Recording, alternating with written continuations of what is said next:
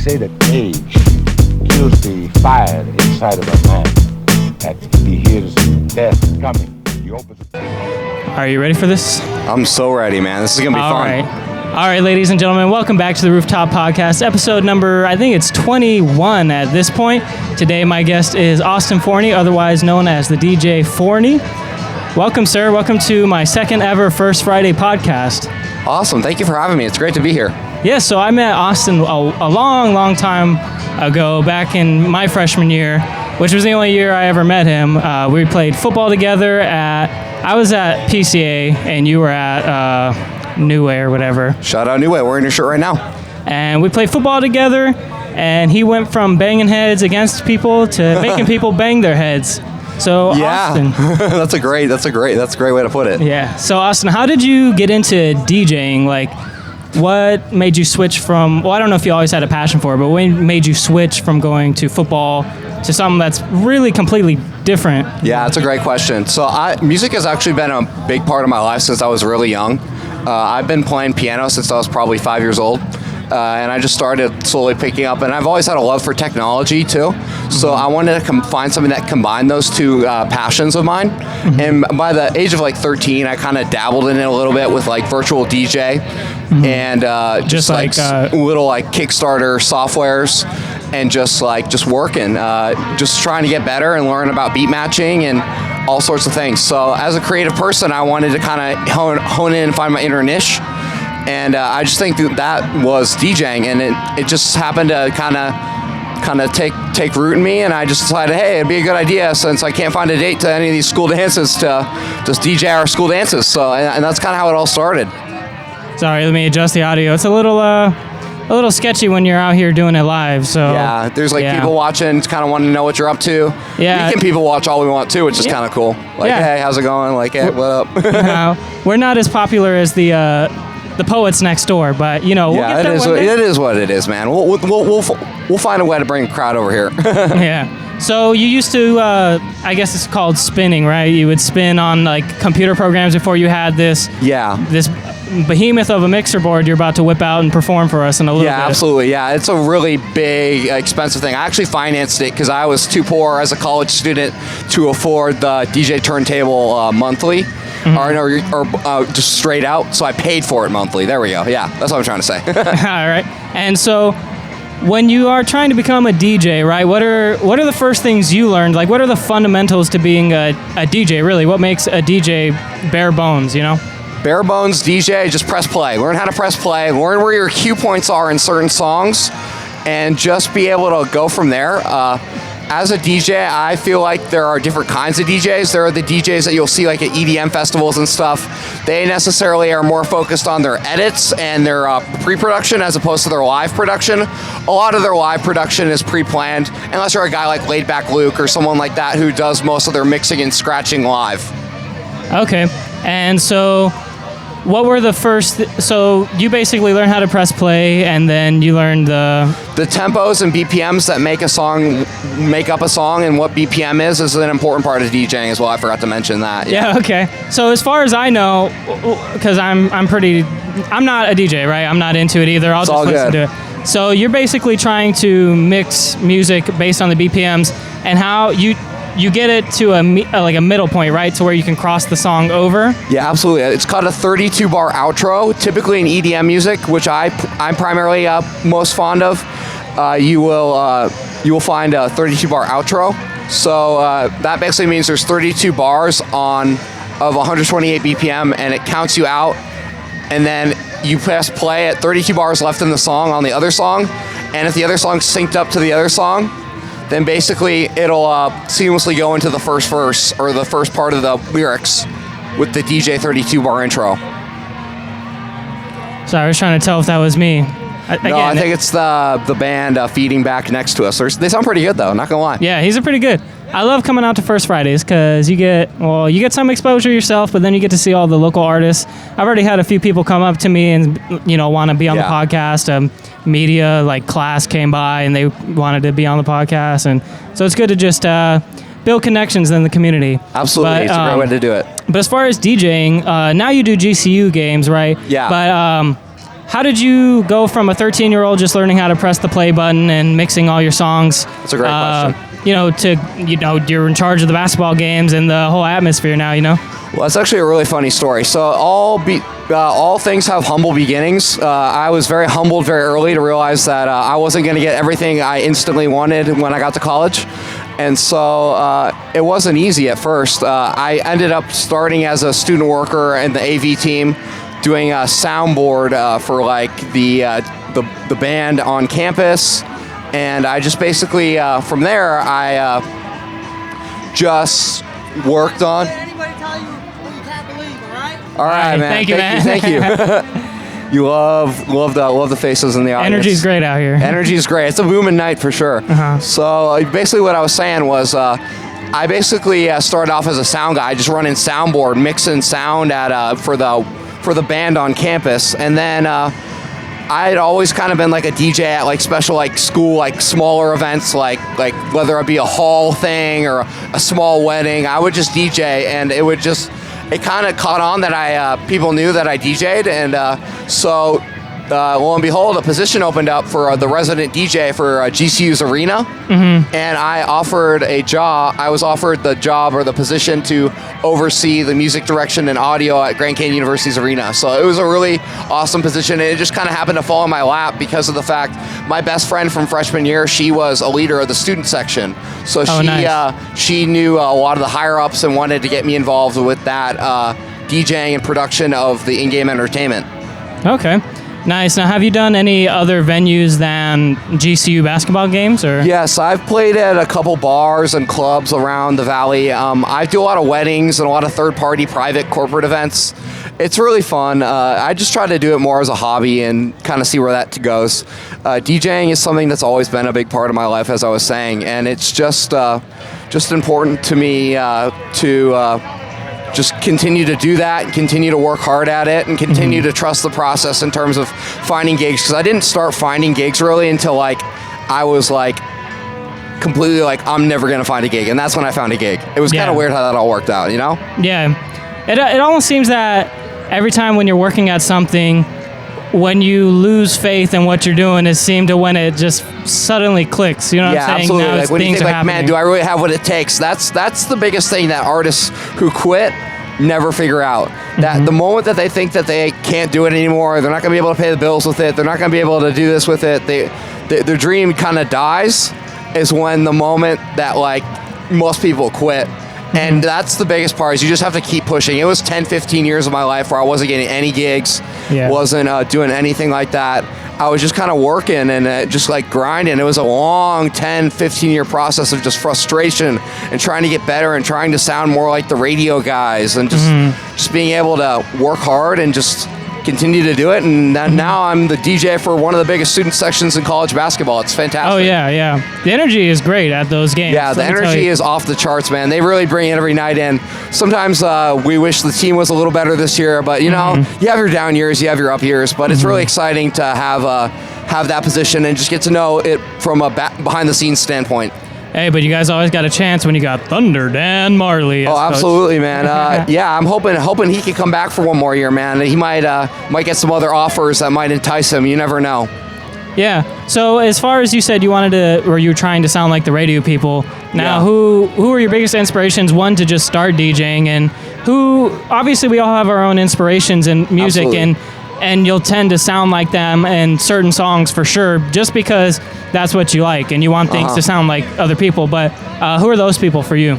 Those people for me, it really just depends. I have a lot of mentors in the electronic music field. So like some of the guys who've kind of mentored me and taught me what to do are like guys like Jared Lucas. His stage name is Cap Slap, really great guy. He's been really helpful in just kind of getting my production level up to par and just being able to produce and make my own music. For like a performance standpoint, I really enjoy Justin Caruso. He's a great guy. He's been a great mentor for me, and his management team is fantastic and just excellent and just helping me and just guiding me along through the music production process. So those guys have been really great DJ and producer inspirations for me. But some of the guys I look up to sonically are like guys like Zed, people who just who are just geniuses at their craft, just production, guys who know how to make sound good. All right, and So you were talking about people who have mentored you while you were trying to become a DJ and whatnot. Absolutely. So I had a girl on first Friday. I think I sent you the video. Yeah, you did. Yeah, it was great. And I was asking. Oh, thank you, by the way. Of course, yeah, it was great. I was asking her because she makes lo-fi beats and house music stuff like that, which is in the realm of what you do, I would say. Absolutely. So how is the community for a DJ, right? She was saying that, lo-fi is not huge, but it's a tight-knit community, right? Yeah. So how is the community out here especially, but just in general for DJs building each other up, or is everyone just kind of clawing at each other trying to get on top, It's a tough industry, man. I'd be lying to you if I said that everyone's not. There are people that, like, the people that really make it are the people that help other people make it. That's what I've noticed.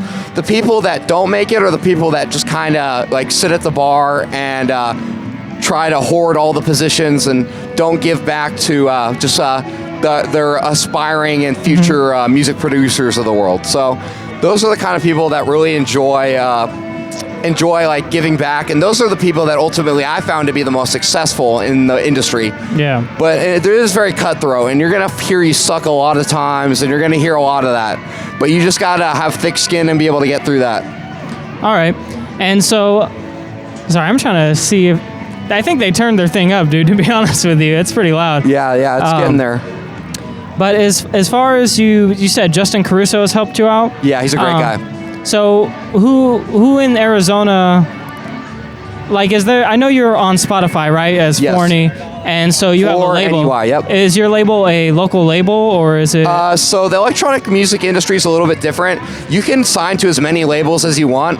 So a couple of my tracks got signed to like Spyro Music, which is a tech house label. Okay. And then I've gotten a couple with like smaller labels and just stuff like that. One of the bigger labels I got was Spyro Music for my latest single, Move. Mm-hmm. And you basically just send in your demo to like an independent music label, and they pick, or whether like a small fee or something, and then they pay you to promote you, and then you pay them to promote you, and then you get more exposure. Okay. Now, as far as you actually making your own tracks, right? So when you're DJing, you have pre-made tracks that you're splicing together and matching the BPMs and whatnot. Absolutely. So how is it different for you when you're actually making the track from scratch? It's a lot different, man. That's what I think makes a good DJ a great DJ, is just being able to produce well too. Because there's a lot of people who can just press buttons and DJ, but there's not a lot of people who know how to produce music. So it's just important that you know the layers, you know the different science behind what things do, like compression, EQing, all the little things are what make the big difference in producing. So. And what do you usually start with? Do you start with like a drum pattern, or do you start with what do you start with, sir? I usually just start with whatever the heck I feel like, dude. Like it could start with like a synth line. Usually I start with kick and like a little bass. Mm-hmm. And some sidechain compression. So that's usually what I start with in terms of audio production. Just being able to work at that, and I guess just trying to work at just knowing your craft better, and just like always being a student. Like sometimes I'll make an EDM song and it'll end up sounding like reggae. Like it doesn't really matter. Mm-hmm. You just need to know how to produce different kinds of music and just work hard and continue to just learn instruments and what sounds and hertz range they come in, and just knowing production really has helped me DJ. So I don't know if that answers your question at all, but. Okay. Yeah. Now, what is your main type of genre? Because I know there's like millions of subgenres for electronic and house music. So what do you mostly do? So if someone's listening, they're like, okay, I might give that a listen. Typically, I find myself producing like house music and future-based music. So those are two completely opposite genres, and I'm still trying to kind of figure out who I am sonically. Mm-hmm. So like primarily house and future-based music and a little bit of trap here and there. I like to DJ hip-hop occasionally. I've gotten better at that. I used to suck at it. Yeah. But just house and EDM and future-based are probably my big three. Now, what do you do to get into like your state of flow to where you can get inspired and, start a track? Like, what inspires you? What do you do? Do you have a ritual, or do you just see something in the street and you're like, okay, let me write this down, get a sound in your head? I think that just what inspires me to just know just like different. I'm often inspired by string melodies, like in classical music, which is weird. I love big strings, and it just gives a big like sound to electronic music. And I've always been inspired by like classical music and just how like the different eras of that. But I think personally, it's just being inspired by just daily life, like struggles and whatever that might be. Just like that helps me really write a song. Like when I'm going through something when I'm feeling a certain emotion, or that really helps kind of portray my song. Yeah. You can match like a chord to your feeling, Chord to your feeling, major happy, major sad, or minor sad, major happy. There we go. I screwed that one up. And like you were saying, how you get inspired from old, orchestral music and stuff like that. I think that's pretty interesting, because one of the biggest sounds in hip hop in like the 80s and early 90s was an orchestra song. It was like, I believe it was sped up and was just cut to just a very few seconds. And Bruno Mars actually used it in his last album, the 24 Karat Magic album. Great. But, you may say it's weird, but it's actually not. A lot of people... Yeah, it's called sampling. It's very common. Like, sometimes I could, like, honestly, like, the fun thing to do is sample things that you don't think you would need. So, like, in EDM music, I've seen producers sample, like, toilet flushes and, like, weird stuff, like, weird crap. And then they'll, like, turn it into this crazy sounding, like, synth drop. And it's really cool.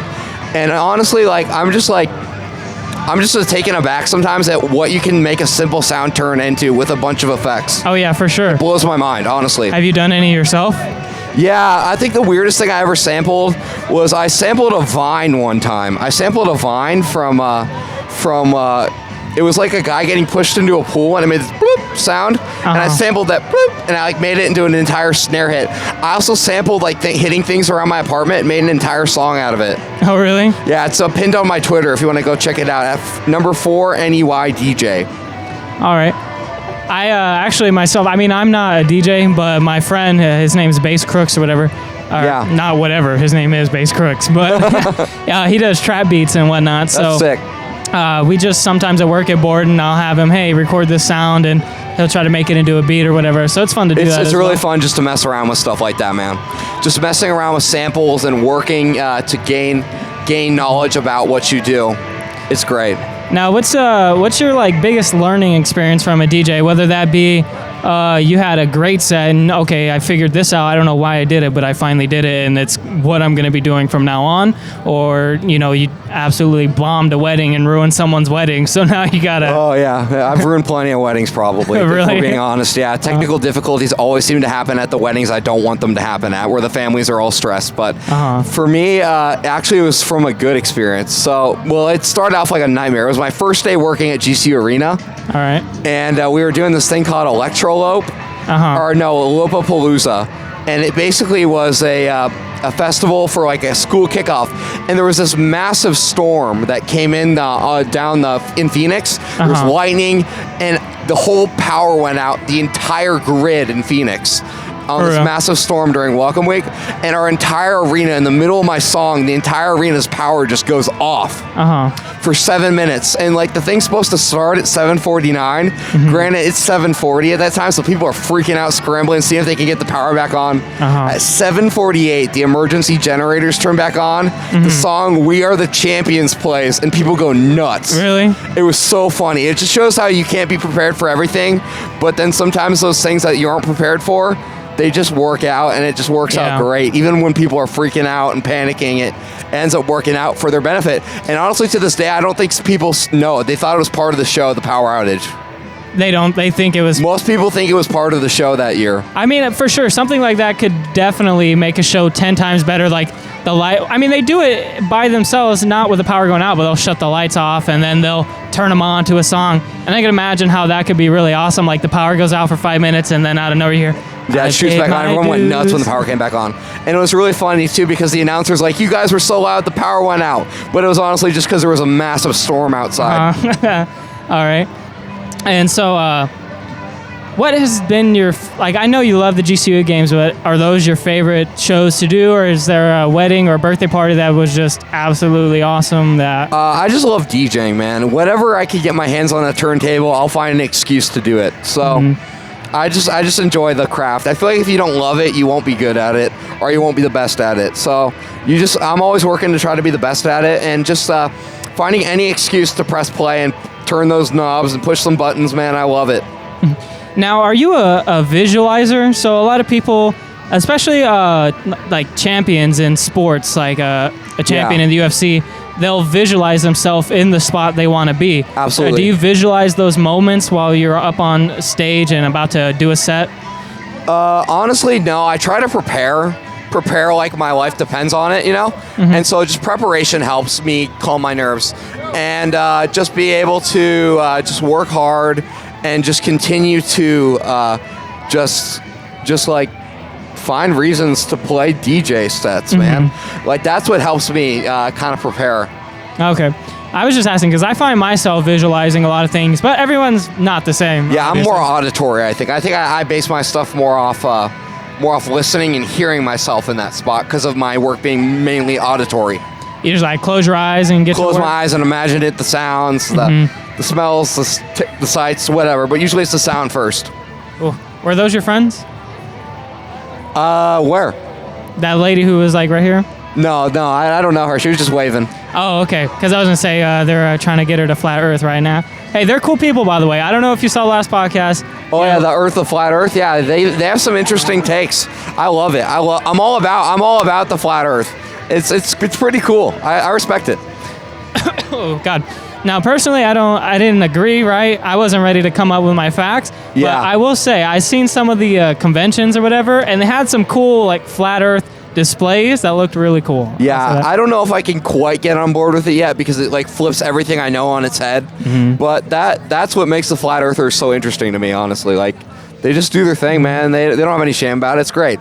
I mean, a lot of the problems with it's not even just like the Flat Earth debate, but it could be a religion or anything. Yeah. You come at it with a different perspective on just how the world works. So if you can never get any common ground, it's really just going to go nowhere. But yeah, exactly. You can't reinvent the wheel. Yeah. I guess I don't think it makes any sense, but I'm just going to say that. You can't reinvent the wheel. Well, back on to the topic of your DJing. Yes. Now, when you were in high school, did football kind of take over your time, and so you got set back a little bit? It wasn't a setback necessarily, but it definitely took a lot of my time, and I needed that time, honestly. Otherwise, I'd be like 800 pounds and like really fat. I needed to stay in shape and have something to do with friends and not isolate myself for that long, because it's a lot of DJing is very isolative. So it's just like you isolate yourself in a room for 6 hours, you by yourself with you and a computer. So it's not like a very like people social business, and I like social interaction. So now when you are preparing for a show, right, do you usually have a universal playlist or something, or do you specialize what you're going to play for each show? Like, obviously there's going to be songs that it get just played depends at on the show. Yeah. Okay. So for like GCU games per se, we have a pretty scheduled routine of cues of like what they know when to play what, so they can play videos and animations across the screens. So that's pretty standard. It's like pretty set up on what we do in the arena. But like when I go out to a club or like DJ at a nightclub or a bar, it's very much what the crowd's feeling. And there's a little bit of that at GCU too, but it's more scheduled out, I would say. All right, sir. I think, are you ready to show these people what you're made of? I think I'm ready, man. Now let's do it. All right. Ladies and gentlemen, this has been the Rooftop Podcast, and you're about to see Forney, the DJ, live in action. Hopefully, I won't ruin his show with some technical difficulties. All right, awesome. Looking forward to it. Cool.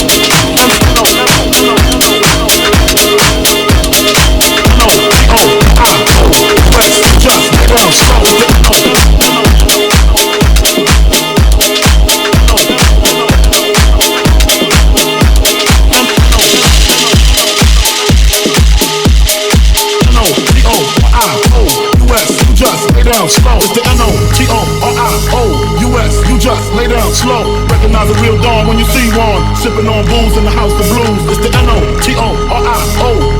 You just lay down slow. Recognize a real dawn when you see one. Sipping on booze in the house of blues. It's the N-O-T-O-R-I-O-U-S.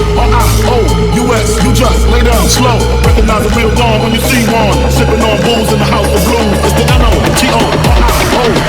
You just lay down slow. Recognize a real dawn when you see one. Sipping on booze in the house of blues.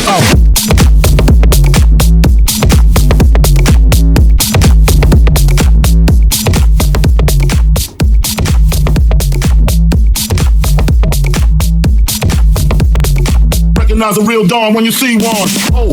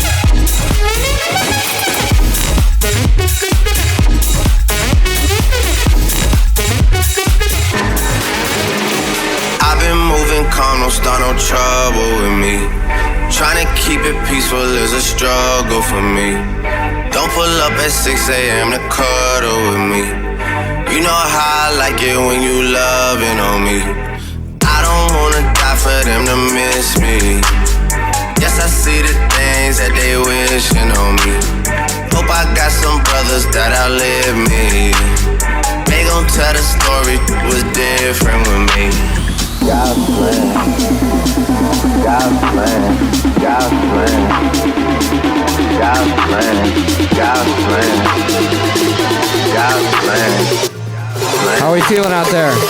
God's plan. She say, do you love me? I tell her only partly. I only love my bed and my mom.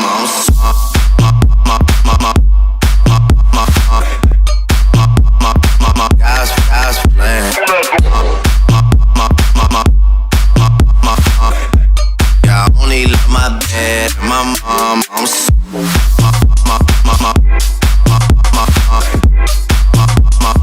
God's plan. God's plan. God's plan.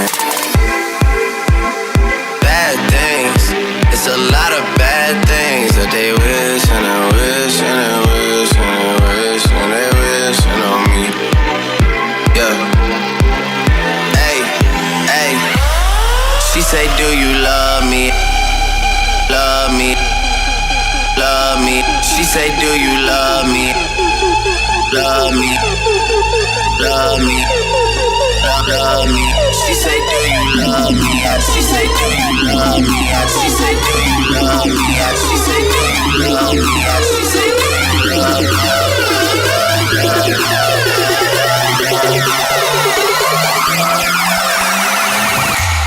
She say, do you love me? I tell her only partly. I only love my bed and my mom.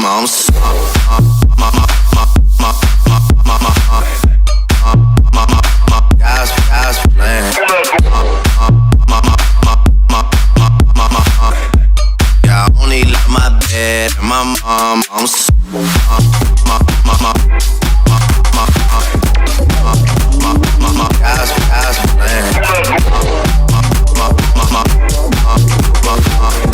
plan.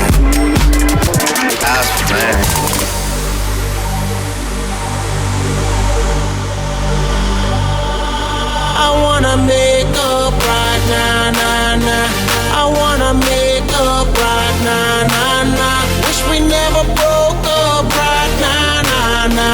We need to link up right now, nah, nah.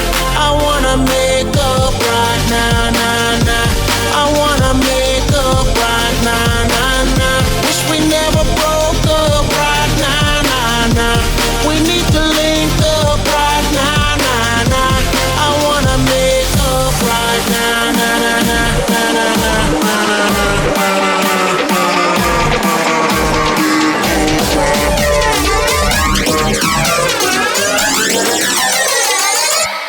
I wanna make up right now. I wanna make up right now. Wish we never broke up right now.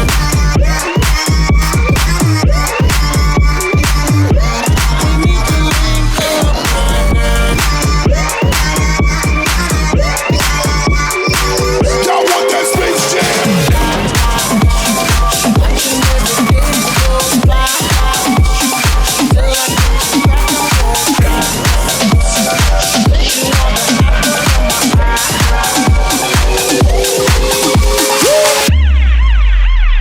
One, two, three, let's go! Fade out, step back, hands up, attack, turn out, cut back.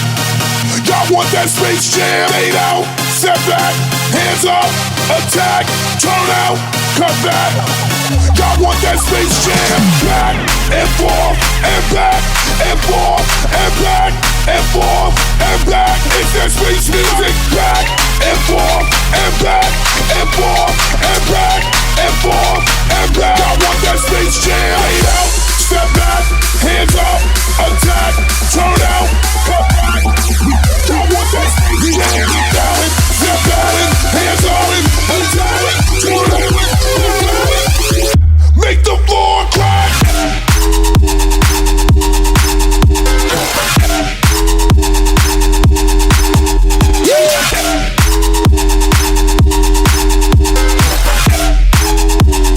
One, two, three, let's go! Fade out, step back, hands up, attack, turn out, step back, hands up, make that space music out, step back, hands up, attack, turn out, cut back.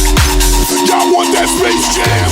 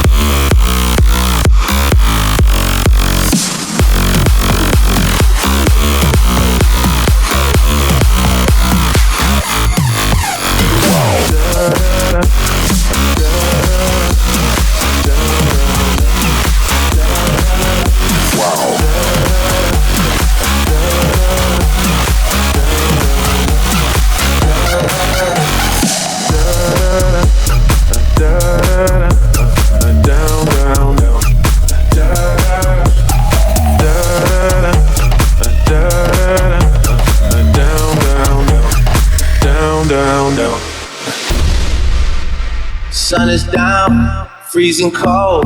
That's how we already know. When it's here, my dog will probably do it for Louis Bell. That's just all he know, he don't know nothing else. I tried to show him. Yeah. I tried to show him.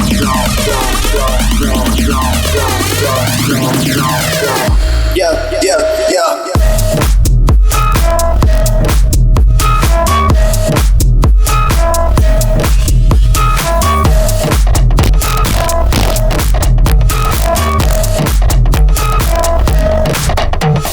Ballin' on you with the pick and roll. Young flame, he in sicko mode. Ballin' on you with the pick and roll. Young flame, he in sicko mode. Ballin' on you with the pick and roll. Young flame, he in sicko mode. Ballin' on you with the pick and roll. Young flame, he in sicko mode.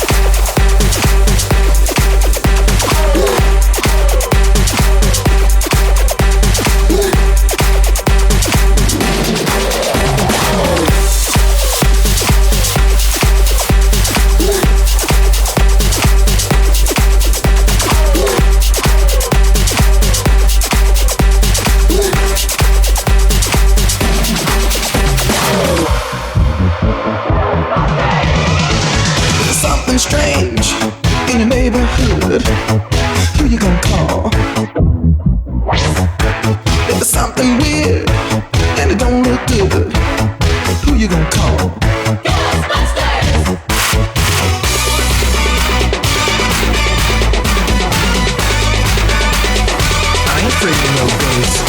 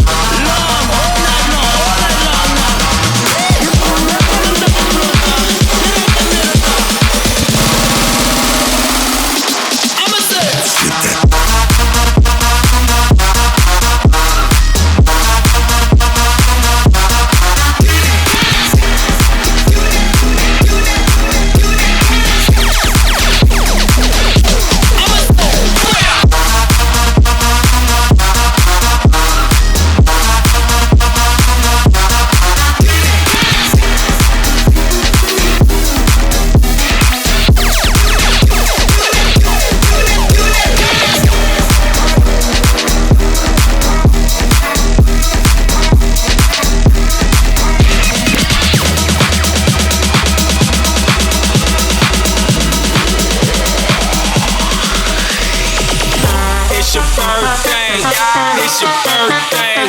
Man, contest, you in first place. It's your birthday. It's your birthday. Man, contest, you in first place. It's your birthday. It's your birthday. It's your birthday.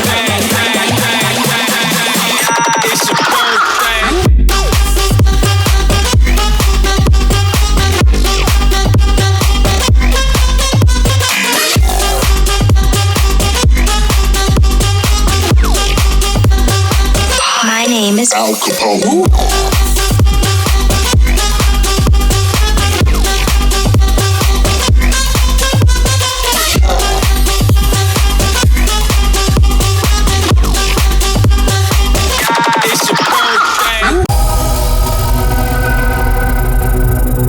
Party, trying my best to meet somebody, but everybody around me's falling in love to our song.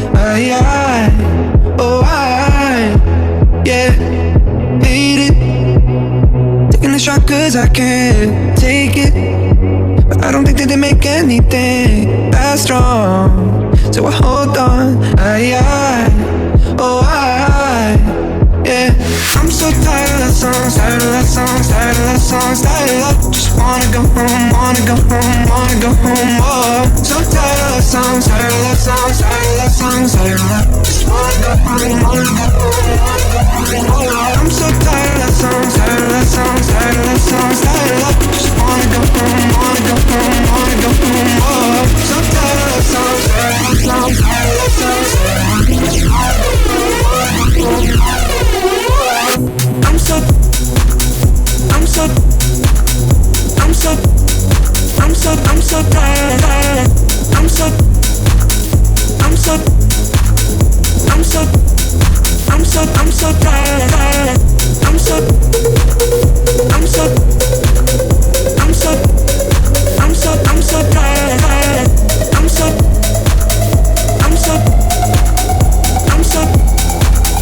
I'm so tired.